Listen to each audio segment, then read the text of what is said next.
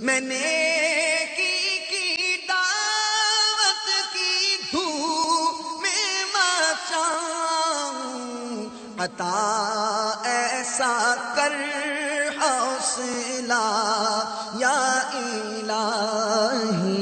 اعلیٰ حضرت رحمت اللہ تعالی علیہ ایک بار غالباً رام پوری تشریف لے گئے، اور وہاں پر اعلیٰ حضرت رحمت اللہ تعالی علیہ کے ساتھ ایک عالم دین بھی تھے۔ اعلیٰ حضرت کو پتہ چلا کہ ان کے پاس ایک کتاب ہے، اور وہ کتاب بڑی نایاب ہے، ملتی نہیں آسانی سے۔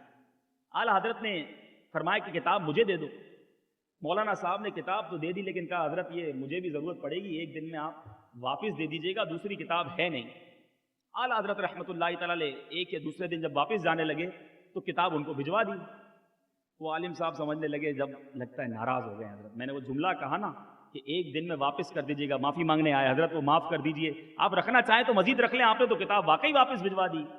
اعلیٰ حضرت فرماتے ہیں کہ میں نے ساری رات اس کتاب کا مطالعہ کیا ہے، اب مجھے اس کتاب کی حاجت نہیں ہے، انشاءاللہ آئندہ 3 ماہ تک تو مجھ سے آپ اس کتاب کی ایک ایک عبارت کے بارے میں سوال کر سکتے ہیں، کون سی عبارت کس صفحے پر کس درجے پر کہاں لکھی ہے اس کی بارے میں آپ مجھ سے کلام کر سکتے ہیں، اور باقی رہا مضمون تو انشاءاللہ اس کتاب کا مضمون اب زندگی بھر میں نہیں بھولوں گا۔ گویا اعلیٰ حضرت نے وہ اتنی موٹی کتاب جو کہ بڑی دقیق کتاب تھی ایک رات میں پڑھ بھی لی، اس کو حفظ بھی کر لیا، اس کے حوالہ جات بھی یاد کر لیے۔ میرے پیارے اور محترم اسلامی بھائیوں، اعلیٰ حضرت کے جو رفقا ہیں، مولانا امجد علی خان رحمۃ اللہ تعالی علیہ یا دیگر مفتیان کرام، جب کتابیں ڈھونڈ ڈھونڈ کر تھک جاتے، امام اہل سنت کے دربار میں آتے، حضور بڑا تلاش کیا ہے، یہ جزیہ نہیں مل رہا، مدد فرما دیجئے۔ اعلیٰ حضرت کا وہ روحانی کمپیوٹر پھر کام کرتا تھا۔ اعلیٰ حضرت فرماتے ایسا کرو عالمگیری اٹھاؤ، اس کی اس جلد میں اس صفحے کی اس سطر پر جا کر دیکھ لو، تمہیں یہ حوالہ یہاں مل جائے گا۔ اعلیٰ حضرت فرماتے فلاں کتاب اٹھاؤ، وہ والی جلد کھولنا، اس کے فلاں صفحے پر فلاں سطر پر تمہیں یہ جزیہ مل جائے گا۔ اعلیٰ حضرت کمپیوٹر کے انداز میں 5-6 حوالے عطا فرماتے۔ علماء فرماتے گھر جا کر جب کتابیں کھولتے وہی صفحہ ہوتا، وہی سطر ہوتی، لائن بھی وہی ہوتی جو اعلیٰ حضرت نے فرمایا، ہمیں وہی مل جاتا تھا۔ ایسا حافظہ رب نے اعلیٰ حضرت کو عطا فرمایا۔ فرماتے ہیں ایک بار مکتوب آیا اور اس خط کے اندر کسی نے اعلیٰ حضرت کو حافظ لکھ دیا۔ اعلیٰ حضرت رحمت اللہ تعالی علیہ نے اپنے رفقا سے کہا کہ میں حافظ نہیں ہوں، مگر میرے آقا کی امت مجھے حافظ سمجھ رہی ہے۔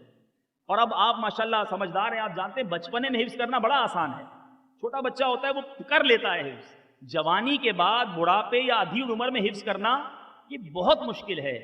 مگر قربان جائیے حافظائے امام اہل سنت پر کوئی کئی ماہ نہ لگائے، کسی مدرسے میں داخلہ نہ لیا، صبح سارے کام چھوڑ کے گردان کرنا شروع نہ کر دی، اعلیٰ حضرت عشاء کے وضو کے بعد قرآن پاک کا ایک پارہ پڑھتے اور عشاء کی جماعت تک کتنا وقت ہوتا ہے، اتنی دیر کے اندر اعلیٰ حضرت اس کا دور فرماتے۔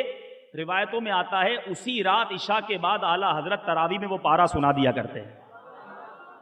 30 دن پورے ہوئے، 30 تراویح سنائی اور رمضان ختم ہوا، اعلیٰ حضرت حافظ قرآن بن چکے تھے۔ کس کمال کی بات کریں، کیا کیا میرے رب نے اپنے رضا کو عطا فرمایا۔ میرے پیارے اور محترم اسلامی بھائیوں، اعلیٰ حضرت رحمت اللہ تعالی علیہ کی بات ہو اور ترجمہ قرآن کنز الایمان کی بات نہ ہو تو بات ادھوری رہ جاتی ہے۔